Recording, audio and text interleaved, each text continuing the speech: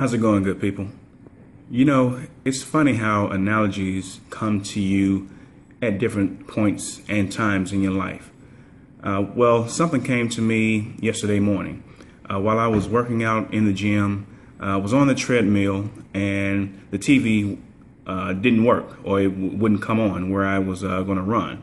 And so I decided, you know what, let me just use this as an opportunity to focus on my running. You know, not looking at the time, not looking at the distance or anything, but just listening to my music and looking right at the screen, the blank screen, and just run. And so, you know, that gave me an opportunity to really focus specifically on just the run. And throughout that entire time, I just looked right at the screen and I could see visually, you know, my chest and arms moving from the run, and that's all. And so, as I was doing that, true enough, I wasn't focused on how much time had elapsed or how far I had run. It was strictly just running, listening to my music.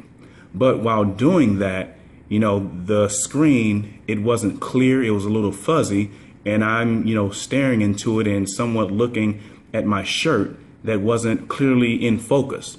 And what happened was my head actually started hurting.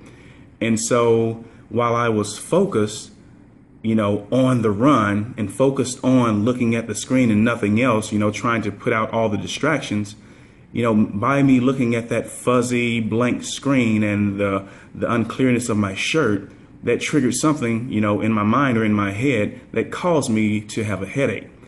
And so it wasn't until, you know, hours later, after the headache actually left, that I started thinking about that. And it was laid upon me that, you know, in life and as well as in our marriage, we may focus on the wrong thing. You know, it's always good to have focus, but if you're focusing on the wrong thing, you may be going in the wrong direction, you know, down a path that you're not supposed to be going.